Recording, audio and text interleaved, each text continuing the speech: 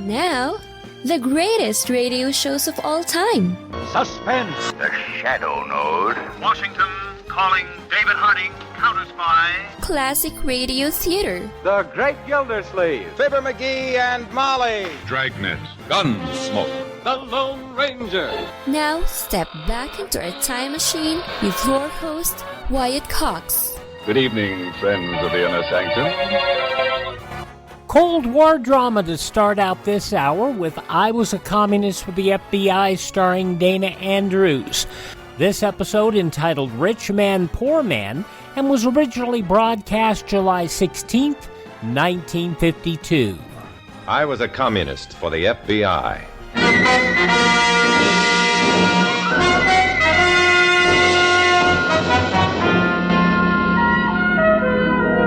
Starring Dana Andrews in an exciting tale of danger and espionage.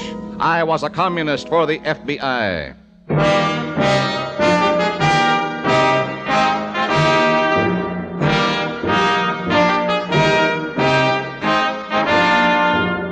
From the actual records and authentic experiences of Matt Cvetic come many of the incidents in this unusual story. Here is our star, Dana Andrews, as Matt Cvetic, who for 9 fantastic years lived as a communist for the FBI. Love, to a dedicated Red, is the business of the idle. During the 9 loveless years I spent as a communist, I learned that hate is a business too, a big business. I'd like to tell you how the hate business pays off in the Red.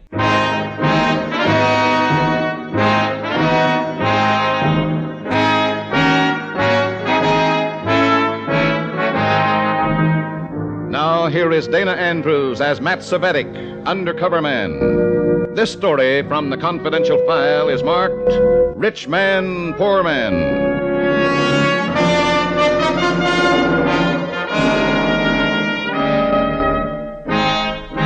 A communist cell meeting can take place anywhere. In the loft on a dark street, perhaps, or in your neighbor's rumpus room, in the rear of a candy store, or in a fashionable penthouse. This meeting was held in the home of our cell leader, David Bowden.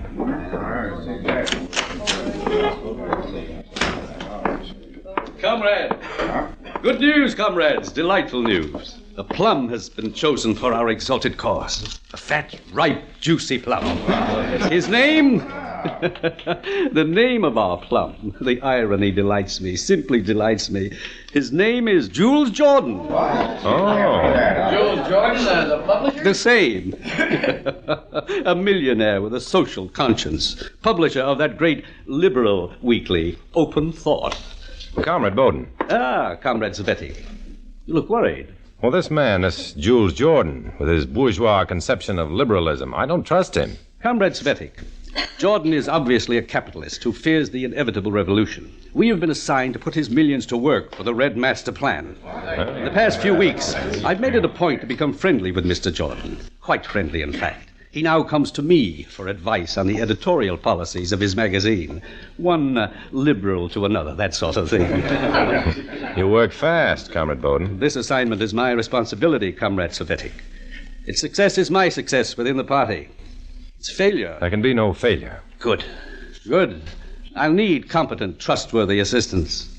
You will help me. Comrade Bowden, I'm honored.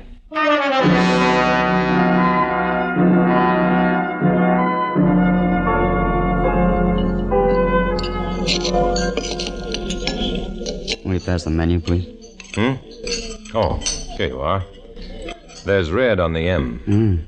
Red on the C. You're losing weight, Matt. It's understandable, isn't it? They're not suspecting you, are they? I don't think so. I just got a new assignment. Assistant to our cell leader, David Bowden. The job's to suck Jules Jordan into the party. Oh, that's a new twist. A red millionaire. How come they picked Jordan? His magazine, for one thing. They'd like to print it in red ink. What about Jordan himself? He's a perfect patsy. Young, naive, worried about doing some good with the dough he inherited. He thinks he's a liberal, but the commies think he's a chump. Have they started work on him yet? Bowden's become real palsy with him. He's even advising Jordan how to run the magazine. Ouch. And the next step? Just run the magazine. When does the FBI step in? You better wait. There may be more to this than I know. I'll keep in touch. You're bound to have trouble when half of you is communist and the other half is human being. My communist half was supposed to consider Jules Jordan a wealthy chump, a sucker to be despised and exploited. The human half of me, however, couldn't help feeling he was a decent, honest guy. As I grew to know him better, it was easy to understand his two greatest loves, his wife Jane and his weekly magazine. Listen to those presses, Matt. That's beautiful music. Beautiful, beautiful music. You sure it isn't just plain noisy, Jordan? Printing presses are supposed to be noisy. Let the whole world know how important they are. Can't hear you. Never mind. Come on, my office. It's a good idea. There's something I want to talk to you about. Uh-oh. You and Bowden have been hatching up another improvement for the magazine. I can feel it. Come on in. Thanks. Something wrong? Bowden tells me that Harry Rainier fired George Krevko. Krevko. Oh, him, yeah. Incompetent writer. I understand he's a Red. He was recommended by Bowden, you know. Well, heck, David can't help it if the man wrote bad editorials. But Rainier never consulted us. Harry's the editor, Matt. He has the right to fire a man who can't do the job. This might interest you, Jules. Krevko has been unable to find work since he left here. No kidding? It's that bad, huh? He has a wife and 3 children. Gosh, 3 kids. And the reason George Krevko can't find work is that he's been branded a communist by your editor, Harry Rainier. Mm-hmm. Well, is he a communist? Why not ask Mrs. Krevko and the 3 kids? Look, Matt, if there's anything I can do... That's strictly between you and your conscience, Jules. See you later.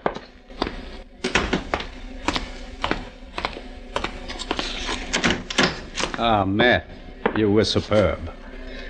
Shut the door. I heard it all on the speaker. You followed instructions to the letter, comrade. Thanks, Comrade Bowden. Tell me something. Does Comrade Krevko have a family? Of course not. But Jordan will never know that, will he?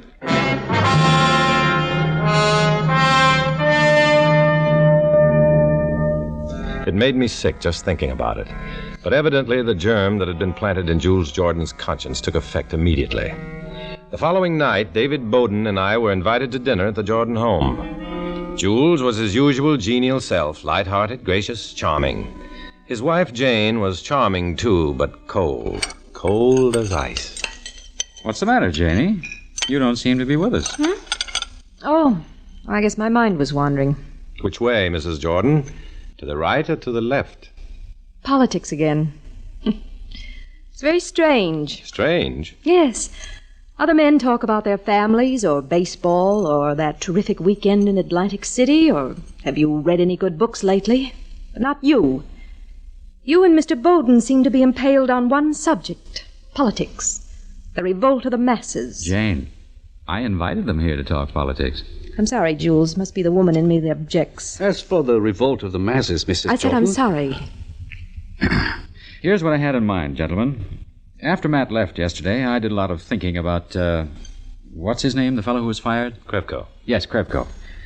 Now, I'm sure that Harry fired him on the basis of his ability alone, but still, if he's been branded a commie... He's been unable to support his family because of it. And that bothers me, it really does. I'd like to do something for Krevko. I can't help feeling responsible. Why stop at Krevko, Mr. Jordan? What do you mean? Well, I think David means that there are many individuals in this country today who are being persecuted for their views. Krevko is just one of thousands. Well, I can't really help thousands. Why not? Why not? Well, after all, After all what, Mr. Jordan? More dessert, anyone? After all what, Mr. Jordan? You, Mr. Svedik? No, thank you. Look, suppose a man like, say, Krevko gets fired, needs money, can't get a job, all because of mistaken ideas about his politics. Now, isn't there some place he can go for financial help, legal aid? Well, there are a few organizations None that has been set up specifically for that purpose. There's no fund, as such, available to unfortunates who are victims of political persecution. Mm-hmm. You know something, folks? I'd like to set up that fund. Oh, Jules, for heaven's sake. We could call it something like, Fund for Freedom. American Liberty Fund. How's that? Say, that's great. American Liberty Fund, dedicated to the preservation of security for the individual, or something like that. You probably want a charter from the government. They're hard to get. Jules, how do you expect to get a charter? You're considered a fellow traveler. You've been hanging yourself on the party line for years. Jane, I've told you 1,000,000 times they can consider me anything they please, but they can't consider me a commie. It's just unfortunate that some of my ideas coincide with the Reds. Unfortunate is right. Certainly, Mrs. Jordan, you'll agree that a man of your husband's means should have no trouble securing a charter. This is a mercenary world, you know. Money is influence.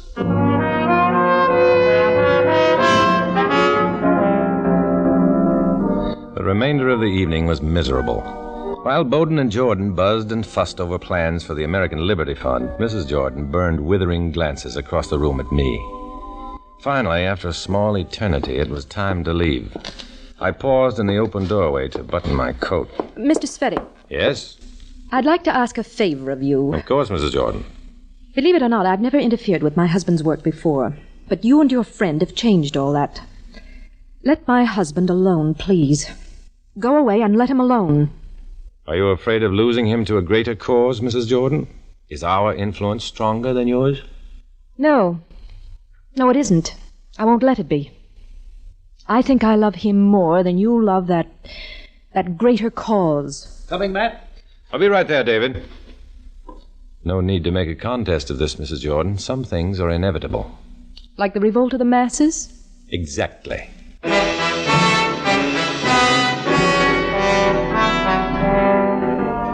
It's a difficult thing to be hated by a beautiful woman. But in this case, there was one consoling thought. If Jean Jordan could hate me violently enough, she might prevent her husband from becoming ensnared in the communist web.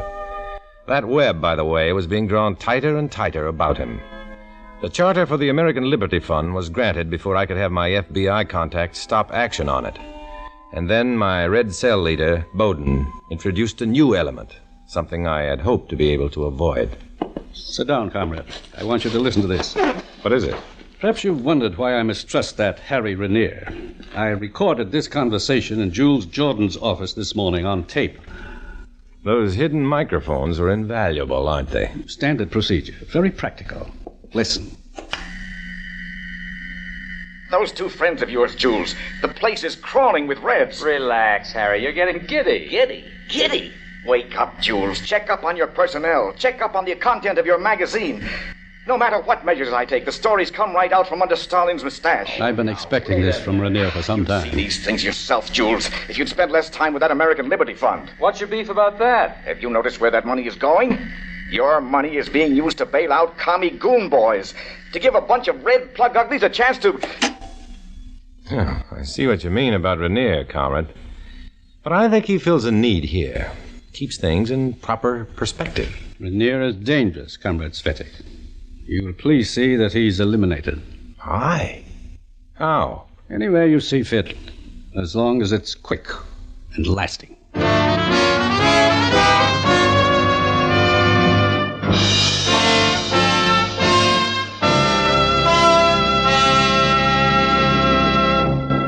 July 16th, 1952, I Was a Communist for the FBI on Classic Radio Theater with Wyatt Cox. July 16th, 1952, I Was a Communist for the FBI continues now on Classic Radio Theater with Wyatt Cox.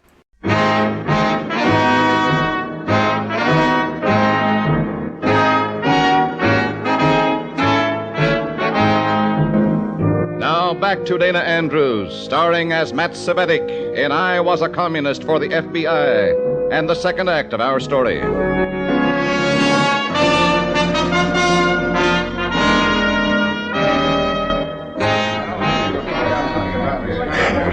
Now then, you'll enjoy these reports, I'm sure. First of all, the American Liberty Fund. Contributions from our inadvertent ally, Jules Jordan, have brought the total up almost 200% since its inception. Of its expenditures, 70% has gone out as direct aid, mind you, to members of our party. This, of course, will increase as time goes on. Comrade Savetic, will you report on the progress made within Mr. Jordan's magazine? Thank you, Comrade Bowden. I'm happy to announce that as of today, 65% of the personnel on Open Thought are actively contributing to our exalted cause. The editorial policy is now closer than ever to the party line. In fact, some of the more reactionary American congressmen have already hurled charges against the magazine and Mr. Jordan. A question, please, comrade. Yes? Aren't we defeating our purpose by calling attention to our success within this magazine? Comrade Bowden? The subtleties of the plan have escaped you, comrade. We're more interested in Jordan and his millions than in his magazine. Yes, but how can we get him into the party? Remind me, Svetic, no important assignments for that fool. My dear comrade, Jules Jordan doesn't realize it yet, but everything he touches turns red. His magazine, his American Liberty Fund, his companions, his employees. In the eyes of bourgeois Americans, he's a traitor. This will become more and more evident as our pressure increases. When the final die is cast, Mr. Jordan will have no place to turn for sanctuary but here, among his comrades and fellow workers in the Communist Party. Now do you understand? Thank you, Comrade Bowden. Good. And you, Svetic, have you arranged for the elimination of Harry Renier? Yes, tonight, Comrade Bowden. Tonight.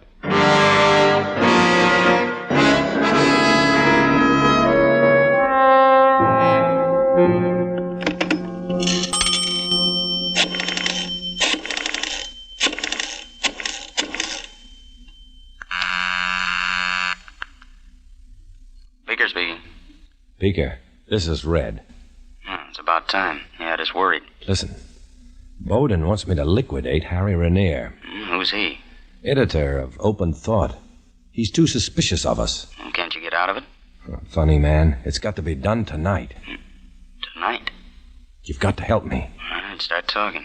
I've arranged to pick up Renier at his home about 10 o'clock. I'll drive out Highway 14 to about 3 miles west of Arcadia.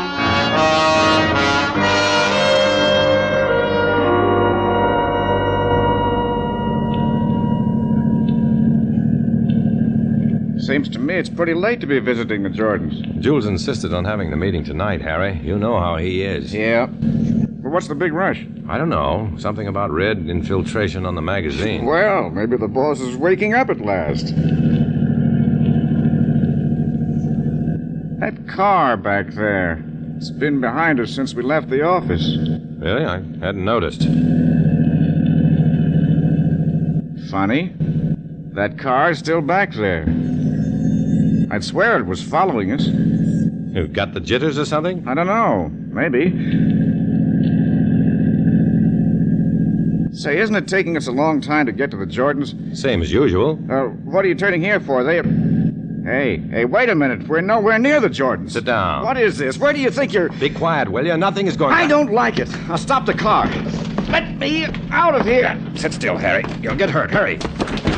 Harry! Look out!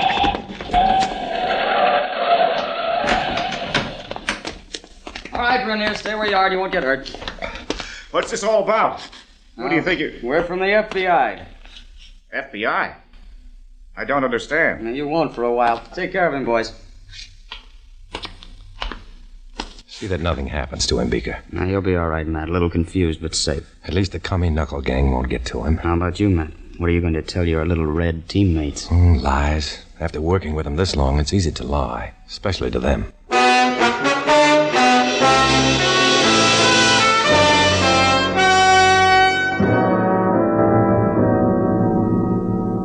Comrade Svetic, do I understand you correctly? You turned Harry Renier over to the FBI? That's right, Comrade Bowden. I planted some false credentials in his desk and reported him as a communist agent. A communist agent? Oh,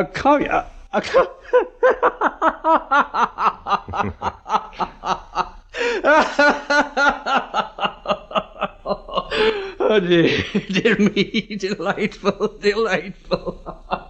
Harry Renier, a communist agent. Comrade Svetic, you have a delicious sense of humor. The irony appeals to me. Delightful. I'm flattered, comrade. Now we must swing into action. We must report this news to Jordan. To Jordan? Of course. He'll be very broken up about it. Renier was his closest friend. He'll need us to advise him more closely now. So closely that we'll be running the magazine. After all, how can Jordan trust his own judgment? His best friend turned out to be a communist agent.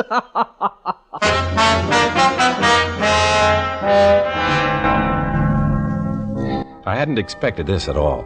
Bowden was using my plan for Rainier's safekeeping to bring about Jules Jordan's downfall.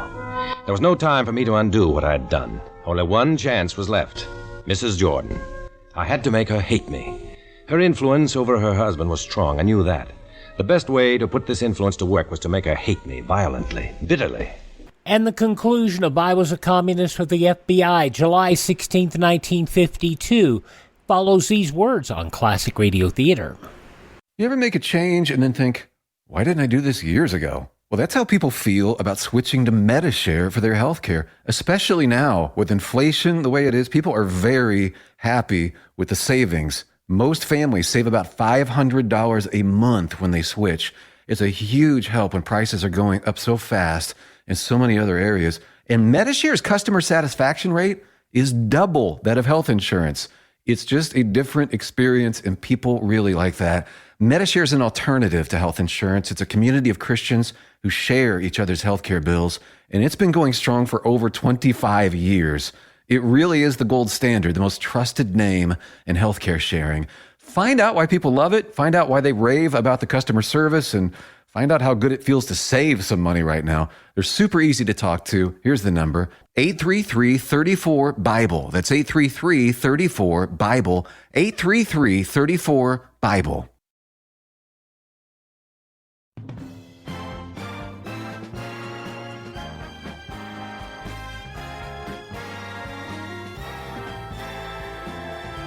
Now on Classic Radio Theater with Wyatt Cox, the conclusion of I Was a Communist for the FBI, Rich Man, Poor Man, July 16th, 1952.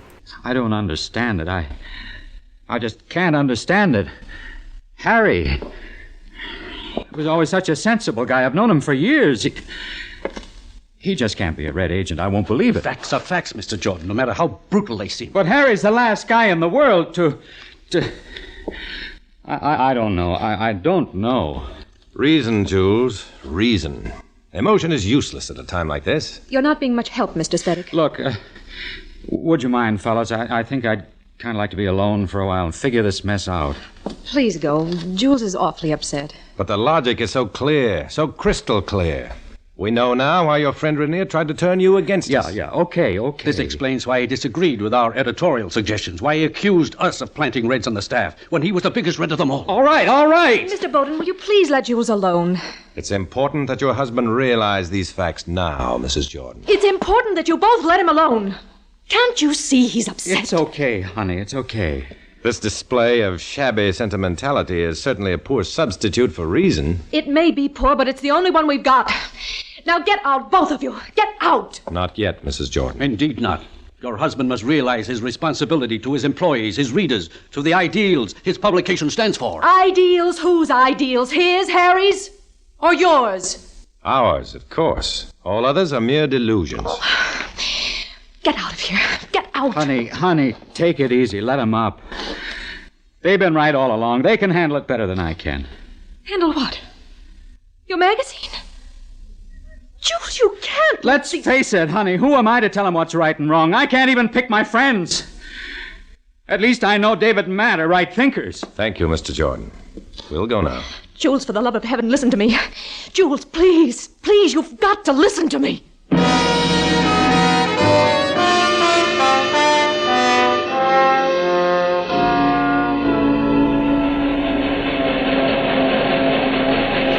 Comrade Svedig, I can understand now why Jordan had so much affection for these presses. Now that they're ours... Ours? In spirit, at least. And soon the rather broken spirit of Jules Jordan will be ours, too. You're to be commended, Comrade Bowden. Well, thank you. You won't mind if I take full responsibility for this project, will you? Not at all. You deserve it. Interesting how the humiliating prospects of failure seem less sinister from the pinnacle of success. What's happening down there? The presses there, they're stopping. We'd better see what's wrong. Nothing's wrong, gentlemen. They're just not working anymore. Jordan? The presses are out of business. And so are you. Well, what's that mean, Jules? As of right now, the magazine known as Open Thought is closed. Finished. Dead. Finished? Dead? Well, you can't. What's the reason for this? I have a wonderful wife, Savetic. She explained a few things to me. How you run a self-respecting magazine right smack into the mud. How you sacrificed my best friend. How you tried to break up my home, turn my friends against me, ruin my reputation with that American Liberty Fund. And by the way, that stopped when the presses stopped. But if you do all this, Jordan, what will become of me? Didn't know you cared that much, Bowden. I've never been sure what your angle was, but it doesn't make sense. Nothing made sense since you entered my life. So you may go now. But this means failure. Failure means annihilation. The magazine is dead. The American Liberty Fund is dead. As far as I'm concerned, you're both dead. Get out. Dead? I failed. I failed. Goodbye, Jules. Oh, Savetic. Yes? Just to keep your ego where it belongs, my wife mentioned that she hates the ground you walk on. So do I, Jules. So do I.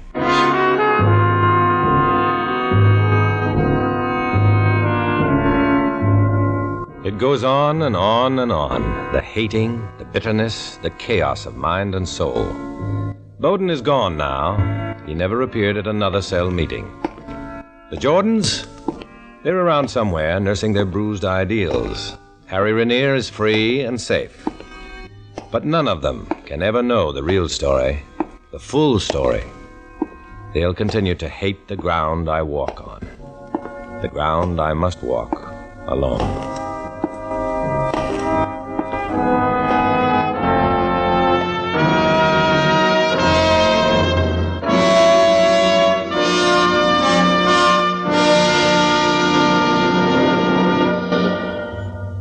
From July 16th, 1952, I Was a Communist with the FBI on Classic Radio Theater with Wyatt Cox. Now on Classic Radio Theater with Wyatt Cox, we start a brand new yours truly Johnny Dollar story. This one entitled The Star of Capetown Matter. This originally broadcast July 16th, 1956. From Hollywood, it's time now for Johnny Dollar. This is Joe McNabb, Johnny. Tri-Eastern Indemnity. Oh, hi, Joe. What's up? The Star of Capetown. Star of Capetown.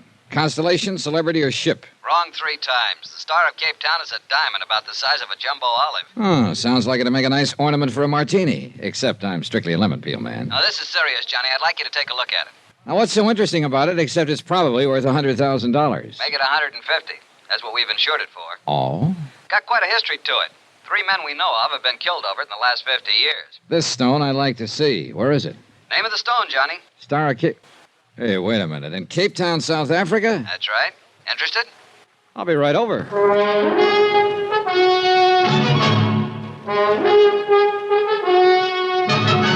Tonight and every weekday night, Bob Bailey in the transcribed adventures of the man with the action-packed expense account, America's fabulous freelance insurance investigator. Yours truly, Johnny Dollar.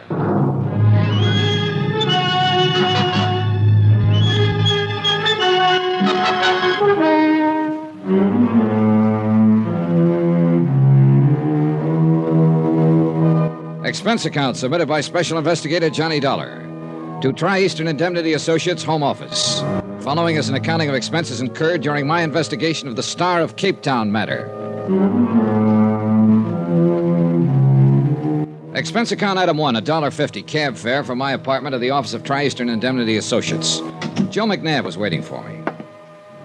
Sit down, Johnny. Thanks. So what about the Star of Cape Town? Sounds interesting. You're interested, we're worried. What about it? Ever hear of Andrew Lanning Forbes III? Forbes. Seems to me I've seen his picture in the papers a couple of times. International playboy type, isn't he? That's the one. He owns the Star of Cape Town now, inherited the stone after the recent death of his aunt. So? Johnny, like I told you, we've got that diamond insured for $150,000. But Forbes treats it like it was a 10-cent store hunk of costume jewelry. What do you mean? He carts it from place to place wherever he goes. Paris, Rome, the Riviera, you name it, he's been there. And so has the Star of Cape Town. Ooh, you mean that Oh, he keeps it in hotel safes, stuff like that, but that isn't good enough. We want him to put it in permanent custody somewhere. Yeah, I see your point. But he won't seem to listen to reason. And right now, it's a particularly bad period for us. How come? Forbes seems to be in one of his party-giving moods. He has them every once in a while. About 3 weeks at a time, a big party every night wherever he happens to be. Then he quiets down for a month or two. Probably resting up. But how come he's in Cape Town now? Who knows?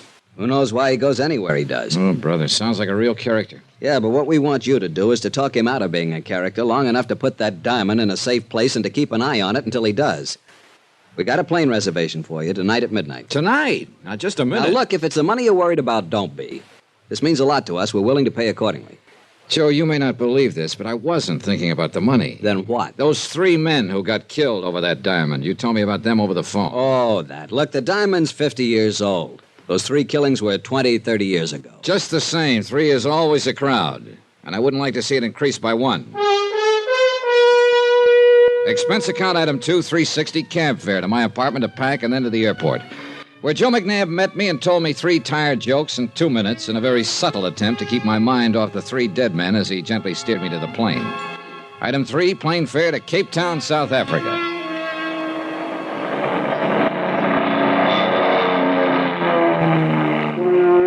The plane came in over Cape Town in the early afternoon. Off to one side toward the famous Devil's Peak, and down below, the bay glittered like... Yeah, it looked like everything was trying to remind me of that diamond. As if I could forget a stone worthy of $150,000 in the lives of 3 people.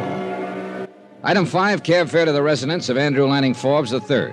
He'd rented a mansion on the side of a hill. I was ushered onto a terrace overlooking the city and the bay. Forbes was waiting for me with a drink in his hand. He was a thin-faced, elegant, tired-looking character whose deep tan didn't hide the lines on his face. He could have been anywhere from 35 to 50. May I have you a drink, Dollar? Well, a little early in the afternoon, isn't it? Oh, is it? It might cool you off. Okay, thanks. Say, it's quite a place you have up here. It's adequate. You seem amused. Well, there must be 15, 16 rooms at least. Roughly. Adequate seems kind of like an understatement. Quite possibly. Here you are. Thanks.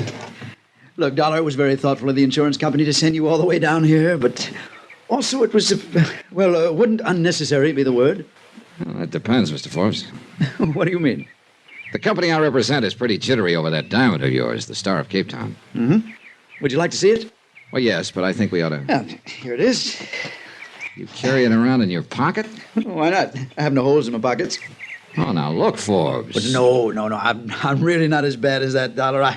I was expecting you, so I thought I'd play a little joke on you. Here, Mr. Forbes, that kind of humor shortens my life. Yeah, well, I suppose it was a bit cruel. Well, there it is. What do you think of it?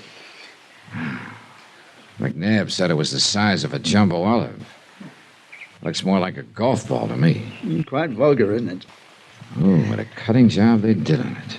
Whew, beautiful. Well, there must be 1,000 facets. Yeah, all of them glittering, all of them cold, all of them surface. Rather like life, don't you think? Look, Mr. Forbes, if you don't mind, let's skip the philosophy for a minute and talk about the diamond. Oh, of course. You're still concerned about his safety. Well, perhaps this will reassure you. Will you come with me? Sure. This way.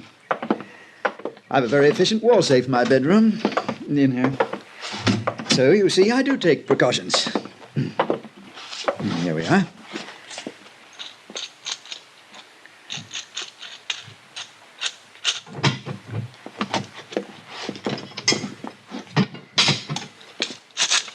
There.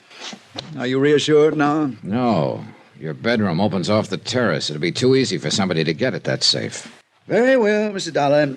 After tonight, I shall place the diamond in a bank vault. That's the best news I've had all day. Yes. Tonight's party will be my last for a while. Party? For Agatha. Who's Agatha? Oh, she's my elder sister.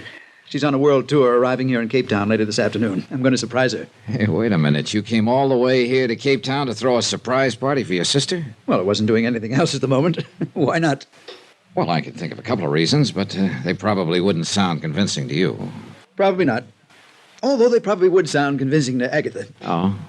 Yeah, she and I are quite different. Half the time she worries about me, and the other half the time she disapproves of me. She considers it quite beneath the dignity of the Forbes name for me to go popping around from place to place like this. I see. She's quite devoted to the cause of the Forbes name. To make sure it keeps standing for, well, whatever it's supposed to stand for. I was never quite sure myself. So you're giving her a surprise party tonight. Will she like the idea? Probably not. That's what makes it fun. Oh, by the way, would you like to come? Well, under the circumstances, I think I'd better. I wonder if I could have a guest list. A guest list? Oh, good heavens. You mean you don't have one? Well, of course not. I just invite people here and there and wait to see who turns up. Then you don't have any idea who all's coming? Absolutely not. Donna, that's the only thing that makes these parties worthwhile. Oh, great. A character with the quaint habit of carrying his diamond in his pocket, throwing a party where he didn't know who was coming. This was a situation not calculated to help my peace of mind, believe me. Forbes had his driver take me back to town. I stopped along the way at police headquarters and talked to Lieutenant Van Tile, who agreed to furnish a man to help me keep an eye on the party. Expense account item 6, cab fare back out to Forbes' house that evening for the party. I thought I was getting there early, but there were already quite a few people about. A stocky bartender shoved a drink in my hand as I walked in, and I took a look around. Quite a brawl. Then I spotted a girl with honey-colored hair and a green dress that matched her eyes. Well, it was as good a place to start as any. Hi. Hi. My name's Johnny. I know. Oh? I'm Sheila. You a friend of Forbes? My, you are new around here, aren't you? What do you mean? You'll find me at most of Andy's parties. He arranges my transportation. Let's see. Do you? What's your excuse for being here in this gay, mad throng? You an old friend, too? Matter of fact, no. I just met him this afternoon, and he invited me to come. That's par for the course. Ah, here you are. Oh, Forbes. I'm glad you two have gotten acquainted.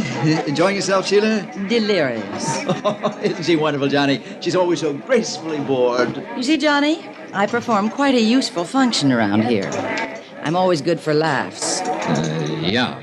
Well, is your sister enjoying the party, Forbes? Agatha? Why, of course not. Haven't you met her yet, John? No, I haven't. Oh, she's over by the window.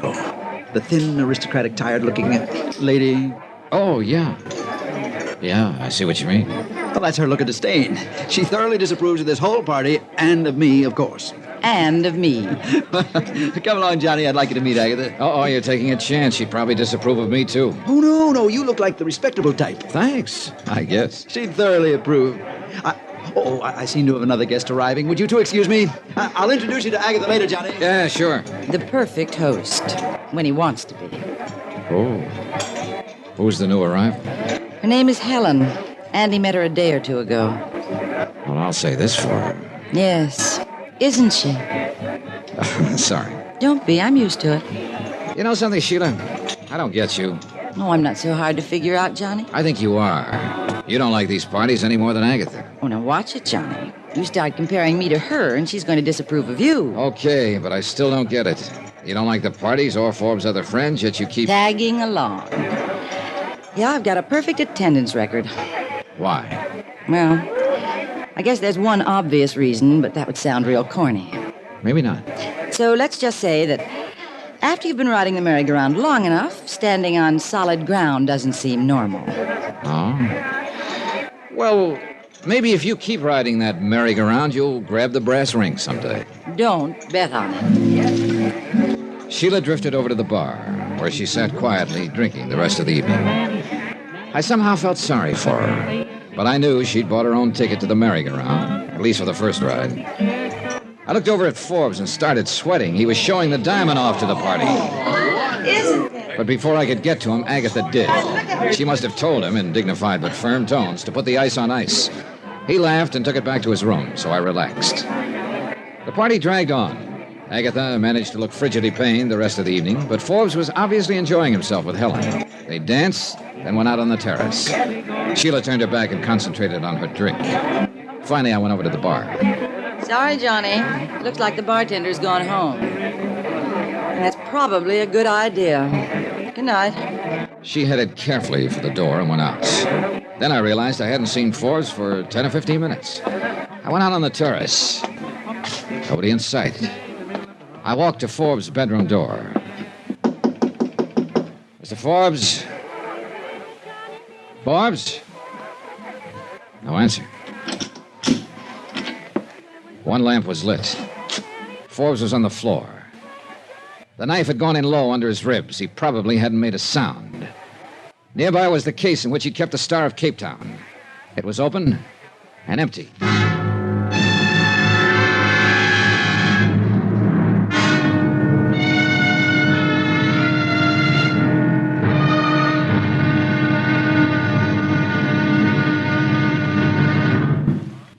here's our star to tell you about tomorrow's intriguing episode of this week's story. Tomorrow, a girl who is exciting, beautiful, and deadly.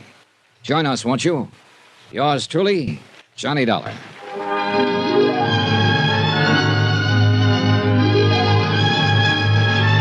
Yours truly, Johnny Dollar, starring Bob Bailey, is transcribed in Hollywood.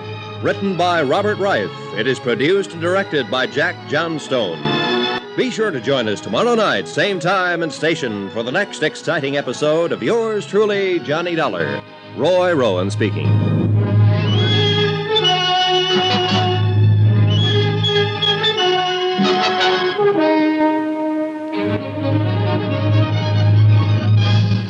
From July 16th, 1956, yours truly, Johnny Dollar on Classic Radio Theater. We thank you for making us a part of your day here on your favorite station. Would you please thank this station and support their advertisers? It is their kindness and courtesy that allows us to be with you each and every time we roll around here. Also, if you miss a day, you don't have to miss a single show. They're all available at my webpage, classicradio.stream. There you can stream our shows on demand. You can find a list of places where the shows can be downloaded. You can also learn more about building a classic radio collection of your own. You can find our social media links. You can contact me directly. And if you're so inclined and you like what we do here, you can buy me a coffee. Every little bit goes back into making some great radio shows possible here on your favorite radio station. And do me a favor, tell all your friends that great radio shows are right here at this spot on the dial. Classic Radio Theater with Wyatt Cox on your favorite radio station.